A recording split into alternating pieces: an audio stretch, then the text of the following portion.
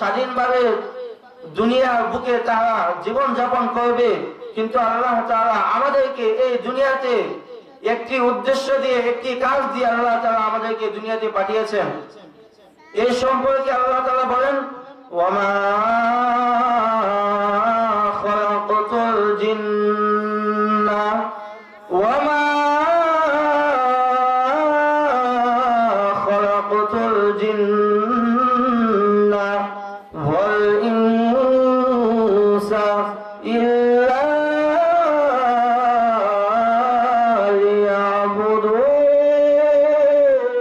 লিয়াবুদুন। ও দুনিয়ার মানুষ, আমি আল্লাহ তাআলা তোমাদেরকে দুনিয়াতে এই জন্য সৃষ্টি করে নাই তোমরা আমার নিয়ামত পাওয়ার পর, তোমরা আমার নিয়ামত ভোগ করার পর তোমরা আমার নিয়ামতের অকৃতজ্ঞতা আদায় করবে, তোমরা আমার নিয়ামত আদায় করবে না। এই জন্য আমি তোমাদেরকে দুনিয়াতে সৃষ্টি করে নাই। আমি তোমাদেরকে দুনিয়াতে এই জন্য সৃষ্টি করেছি, তোমাদেরকে নিয়ামত আমি এই জন্য দিয়েছি যে তোমরা আমার নিয়ামত ভোগ করবে এবং আমার ইবাদত করবে। আমি তোমাদেরকে একটি উদ্দেশ্যে দুনিয়াতে সৃষ্টি করেছি, আমি তোমাদেরকে দুনিয়াতে একটি কাজ আদায়ের জন্য সৃষ্টি করেছি। ও দুনিয়ার মানুষ, তোমরা যদি আমি আল্লাহ তাআলার ইবাদত করে আসতে পারো, তোমরা যদি আমি আল্লাহ তাআলার হুকুম আদায় করতে পারো, তাহলে কাল হাসরের কঠিন ময়দানে যে সময় সন্তান কোনো কাজে আসবে না, পিতা মাতা কোনো কাজে আসবে না, ভাই বোন কোনো কাজে আসবে না, সন্তান যখন তার মার কাছে একটি নিয়ামতের জন্য যাবে, ও মা আজ আমি জাহান্নামে চলে যাচ্ছি, আমাকে একটি নিয়ামত দিয়ে সাহায্য করো, তখন মা বলবে, কে তুমি? আমি তোমাকে চিনি না, আমি তোমাকে চিনি না। দুনিয়াতে আমার কোনো বিয়ে হয় নাই, দুনিয়াতে আমি কোনো সাংসারিক জীবনে যাই নাই, এই জন্য আমার কোনো সন্তান হয় নাই, আমার কোনো সন্তান ছিল না। কেন আজকে আমি তোমাকে নিয়ামত দান করব? আজ আমি তোমাকে সওয়াব দিতে পারবো না। একটি সওয়াবের জন্য যখন ছেলে তার মায়ের কাছে যাবে, তার মা তার সন্তানকে নেক দিতে রাজি হবে না। ছেলে যখন তার বাবার কাছে যাবে, ও বাবা, দুনিয়াতে কত আদর আমাকে তুমি করেছো, আমার জন্য তুমি নামাজ পড়ো নাই, আমার জন্য তুমি কত কষ্ট করেছো, সকালবেলা তুমি আমার জন্য বের হয়েছো আমার রুজি আদায়ের জন্য, আমার রিজিক খোঁজার জন্য তুমি সকালবেলা বের হয়েছো, আবার সন্ধ্যায় বাড়ি ফিরেছো, তুমি নামাজও পড়ো নাই, রোজা রাখো নাই, তুমি নিজের কষ্টকে কষ্ট মনে করো নাই। আজ আমি তোমার সন্তান, একটি নেকের জন্য জাহান্নামে চলে যাচ্ছি। ও বাবা, তুমি আমাকে একটি নেক দিয়ে তুমি আমাকে জান্নাতে প্রবেশ করাইয়া দাও। বাবা বলবে, এই সন্তান, আমি দুনিয়াতে কোনো বিয়ে করে নাই, আমি দুনিয়াতে কোনো বিবাহ করে নাই, আমার কোনো ছেলে সন্তানও ছিল না, আমার কোনো মেয়ে সন্তানও ছিল না, অতএব আমি তোমাকে কেন নেক দেব? এইভাবে ছেলে যখন তার মার কাছে যাবে, মা অস্বীকার করবে, তার বাবার কাছে যখন যাবে, তার বাবা অস্বীকার করবে, তার ভাইয়ের কাছে যখন যাবে, তখন তার ভাই অস্বীকার করবে। কিন্তু আসলে কঠিন ময়দান, যখন কেউ কাউ কোনো উপকারে আসবে না, সন্তান তার বাবার বিরুদ্ধে সাক্ষী দিবে, রব্বানা ইন্না আতানা সাদাতানা ওয়া কুবারানা ফাদাল্লুনা সাবিলা। আল্লাহু আকবার। সন্তান তার বাবার বিরুদ্ধে নালিশ দিবে, ও বাবা, দুনিয়াতে তুমি আমাকে জন্ম দিয়েছো ঠিক, কিন্তু তুমি আমাকে কোরআন শিক্ষায় শিক্ষিত করো নাই। দুনিয়াতে তুমি আমাকে জন্ম দিয়েছো ঠিক, দুনিয়াতে আমি তোমার থেকে এসেছি ঠিক, কিন্তু তুমি আমাকে নবীর সুন্নাহ অনুযায়ী জীবন গঠন করার জন্য তুমি আদেশ দাও নাই। তুমি আমাকে কোরআনের তালিম দাও নাই, তুমি আমাকে মাদ্রাসায় পাঠাও নাই, তুমি আমাকে নবীজির শিক্ষা দাও নাই। এই জন্য আজকে আমি নামাজ পড়ি নাই, রোজা রাখি নাই, হজ আদায় করি নাই, যাকাত দেই নাই, ভালো কাজ আমি করি নাই। আমার হাত দ্বারা আমি নাফরমানি করেছি, আমার চোখ দ্বারা আমি জিনা করেছি, আমার মুখ দ্বারা আমি মিথ্যা কথা বলেছি। ও বাবা, আজ যদি আমি জাহান্নামে চলে যাই, আমি একা একা জাহান্নামে যাব না। আমি একা একা কেন জাহান্নামে যাব? যেহেতু আমি তোমাদের কারণে জাহান্নামে যাচ্ছি। ও মালিক, আমাকে একা জাহান্নামে পাঠায়েন না। আমি একা জাহান্নামে যাব না, আমি আমার পিতা মাতাদেরকে নিয়ে জাহান্নামে যাব। ও দুনিয়ার পাতা পিতা, এই জন্য তুমি তোমার সন্তানকে কোরআনের শিক্ষা দাও, এই জন্য তুমি তোমার সন্তানকে ইসলামের শিক্ষা দাও, এই জন্য তুমি তোমার সন্তানকে মাদ্রাসায় পাঠাও, এই জন্য তুমি তোমার সন্তানকে ইসলামী তালিম দাও। তাহলে কাল আসরে কঠিন ময়দানে যে সময় কেউ কারো কোনো উপকারে আসবে না, যে সময় সবাই সবাই বিপক্ষে সাক্ষী দিবে, হাত হাসরের মাঝে আল্লাহ তাআলার কাছে বলবে, ও মালিক, আমি কোনো গুনাহ করি নাই, এই হাত দ্বারা আমার তোমার বান্দা আমাকে গুনার দিকে নিয়ে গেছে। ও মালিক, চক্ষু বলবে, ও মালিক, আমার কোনো গুনাহের ক্ষমতা ছিল না, কিন্তু তোমার বান্দা এই চক্ষু দ্বারা জিনা করেছে, এই চক্ষু দ্বারা গুনাহ করেছে। ও মালিক, অতএব তুমি তাকে শাস্তির আওতায় নিয়ে আসো, অতএব তুমি তাকে জাহান্নামে নিক্ষেপ করো। তখন আল্লাহ তাআলা ওই বান্দাকে, যখন ওই বান্দার সমস্ত অঙ্গ প্রত্যঙ্গ, ওই বান্দার পিতা মাতা সব কিছু যখন বান্দার বিপক্ষে সাক্ষী দিবে, আল্লাহ তাআলা বান্দাকে নাফরমান বান্দা হিসেবে ঘোষণা করবেন। আল্লাহ তাআলা এই বান্দাকে নাফরমান বান্দা হিসেবে ঘোষণা করে আল্লাহ তাআলা বান্দাকে জাহান্নামে নিক্ষেপ করবেন। বলেন নাউজুবিল্লাহ। এই জন্য আল্লাহ তাআলা আমাদেরকে দুনিয়াতে পাঠিয়েছেন শুধু একটি কাজের জন্য। আল্লাহ তাআলা কোরআনে বলেন, ওমা খালাকাতুল জিন্না ওমা খালাকাতুল জিন্না ওয়াল ইনসা ইল্লা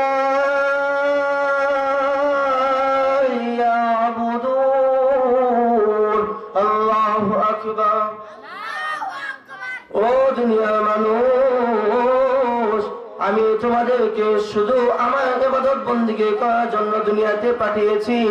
আমি তোমাদেরকে অন্য কোনো কাজের জন্য দুনিয়াতে পাঠাই নাই। আমি তোমাদেরকে শুধু দুনিয়াতে পাঠিয়েছি তোমরা আমার ইবাদত বন্দেগী করবা। ইবাদত বন্দেগী করার অর্থ এই না যে আমরা দুনিয়ার কাজ করব, দুনিয়ার সব কিছু বাদ দিয়ে শুধু আল্লাহ তাআলা ইবাদত করব। না না, আল্লাহ তাআলা এটা বলেন নাই। আল্লাহ তাআলা অন্য একটি আয়াতে বলেন, ফাইদা ইয়া আইয়ুহাল্লাযীনা আমানু ইয়া আইয়ুহাল্লাযীনা আমানু ইযা নুদিয়া লিস-সালাহ, তোমরা দুনিয়ার সব কাজকর্ম সঠিক আদায় সঠিক সময়ে করো, কিন্তু 5 ওয়াক্ত নামাজের সময় যখন হয়ে যায়, যখন মুয়াজ্জিন বলে আসো মসজিদের দিকে আসো, আসো নামাজের সময় হয়ে গিয়েছে, মুয়াজ্জিন যখন আল্লাহর নামে ডাক দেয় যে আসো মসজিদে আসো, তখন দুনিয়ার সব কাজ থেকে অবসর হয়ে দুনিয়ার সব কাজ তোমরা এক পাশে রেখে তখন মসজিদের দিকে ছুটে আসো, আল্লাহর ডাকে সাড়া দাও, বলো লাব্বাইক আল্লাহুম্মা লাব্বাইক। ও আসমানের মালিক, সারাদিন তোমার কোনো গুণগান আদায় করতে পারি নাই। সারাদিন আমি আমার কাজে ব্যস্ত ছিলাম, কিন্তু এখন যখন তুমি আল্লাহ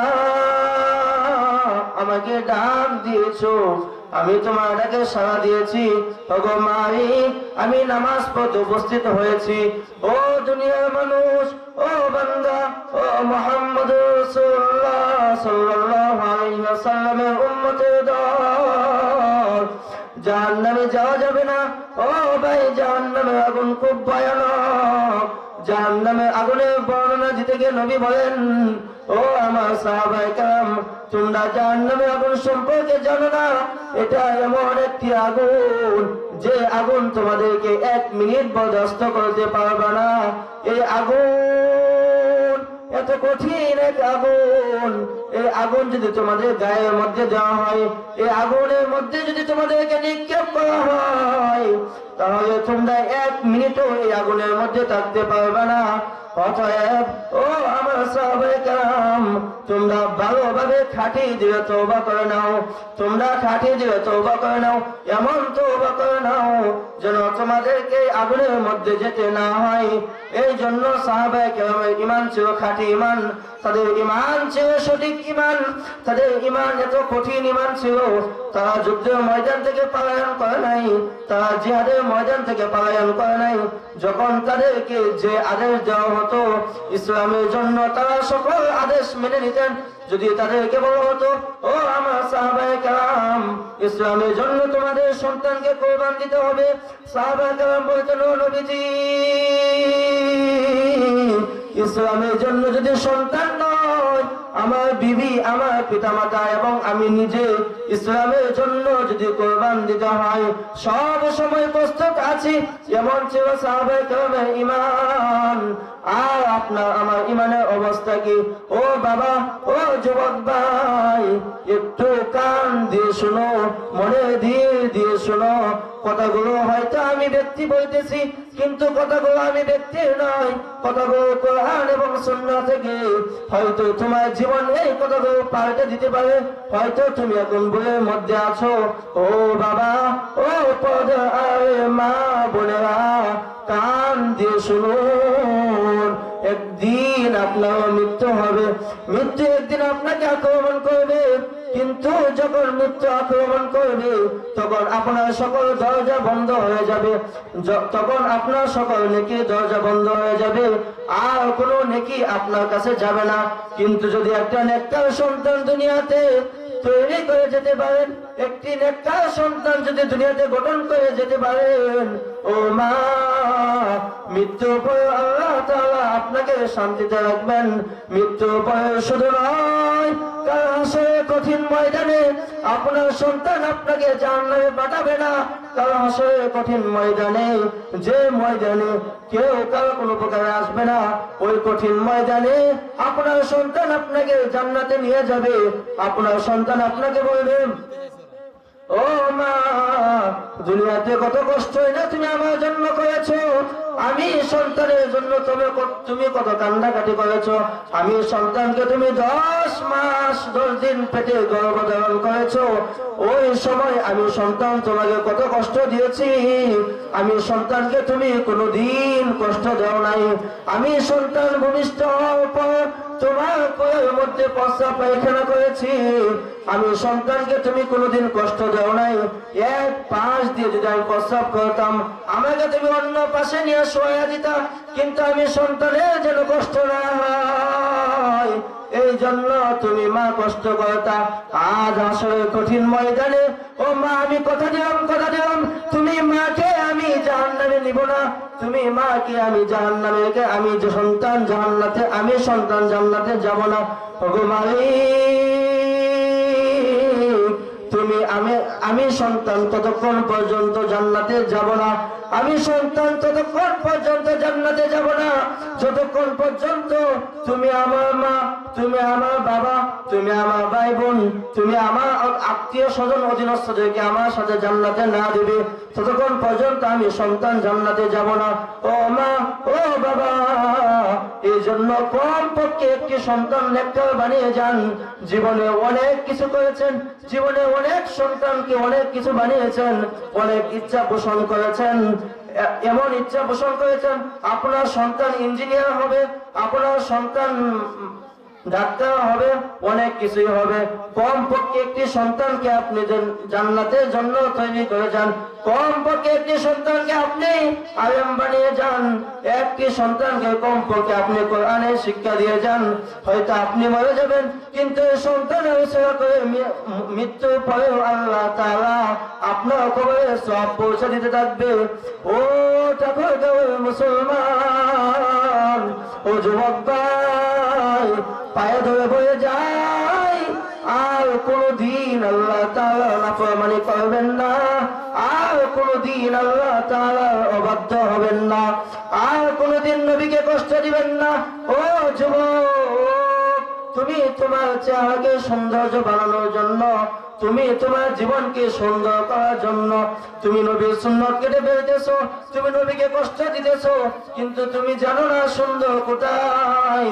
আরে বাবা, যদি দাড়ি কাটার মধ্যে সুন্দর হতো, যদি সুন্নত অনুযায়ী জামা না পরলে সুন্দর লাগতো, তাহলে আমরা তো সেটাই করতাম। কিন্তু বাবা, তোমার থেকে কম বুঝি না, তোমার থেকে কম জানি না। আরে বাবা, তুমি দাড়িটা রেখে ফেলো। এই বাবা, তুমি নবীকে কষ্ট দিও না। ও যুবক, সুন্নত অনুযায়ী যদি নিজেকে তুমি জীবন পদ্ধতি গঠন করতে পারো, সুন্নত অনুযায়ী যদি তোমার জীবন পরিচালনা করতে পারো, তাহলে তোমার জীবন নষ্ট হবে না, তোমার জীবন বরবাদ হবে না, এবং তোমার জীবন কোনো বিপদের মধ্যে সম্মুখীন হবে না।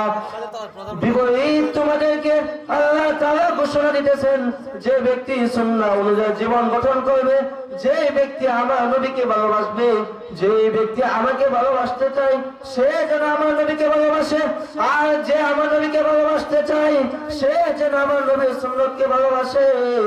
আর যে আমার নবীর সুন্নতকে ভালোবাসবে, আমি আল্লাহ কথা দিলাম, ও নবী, হাসরের কঠিন ময়দানে আপনি ওই উম্মতকে নিয়ে জান্নাতে চলে যাবেন। বলেন সুবহানাল্লাহ। ও যুবক ভাই, নবীজি সাল্লাল্লাহু আলাইহি ওয়াসাল্লাম আপনার আমার জন্য কত কষ্ট না করেছেন। নবীজি সাল্লাল্লাহু আলাইহি ওয়াসাল্লাম ইসলামের দাওয়াত যখন শুরু করেন, তখন মক্কাবাসী নবীকে কষ্ট দেওয়ার ক্ষেত্রে কোনো দিকে কমতি রাখে নাই। নবীজি সাল্লাল্লাহু আলাইহি ওয়াসাল্লাম যখন ইসলামের বাণী মানুষের কাছে পৌঁছে দেওয়া শুরু করলেন, যখন নবী সাল্লাল্লাহু আলাইহি ওয়াসাল্লাম ইসলামের দাওয়াত দিতে আরম্ভ করেন, মক্কাবাসী নবীকে চিনল না, মক্কাবাসী নবীকে বুঝলো না, সবাই নবীর উপর অপবাদ দেওয়া শুরু করলো। একদিনের ঘটনা, এক ইহুদি নবীর কাছে কিছু টাকা জমা রাখলেন, অর্থাৎ নবীর কাছে কিছু টাকা আমানত দিয়ে গেলেন। কিছুদিন পর ওই টাকাগুলো নবীর কাছ থেকে হারিয়ে যায়, অর্থাৎ নবীর কাছে আমানত দেওয়া টাকাগুলো নবীর কাছ থেকে চলে যায়। এর কিছুদিন পর ওই ইহুদি নবীর কাছে এসে বলে, ও মুহাম্মদ, ও মুহাম্মদ, আমি তোমার কাছে যে টাকাগুলো দিয়েছিলাম, ওই টাকাগুলো তুমি আমার কাছে ফেরত দাও। নবীজি সাল্লাল্লাহু আলাইহি ওয়াসাল্লাম বলেন, ও ভাই, আমার ইহুদি ভাই, যে টাকাগুলো তুমি আমার কাছে দিয়েছে, ওই টাকাগুলো আমার থেকে হারিয়ে গিয়েছে, এই জন্য আজকে আমি তোমার টাকাগুলো দিতে পারছি না। সাথে সাথে ইহুদির মাথা নষ্ট হয়ে যায়, ইহুদি রাগান্বিত হয়ে যায়। জনসম্মুখে নবীজি সাল্লাল্লাহু আলাইহি ওয়াসাল্লামের পাঞ্জাবি ছিঁড়ে ফেলে।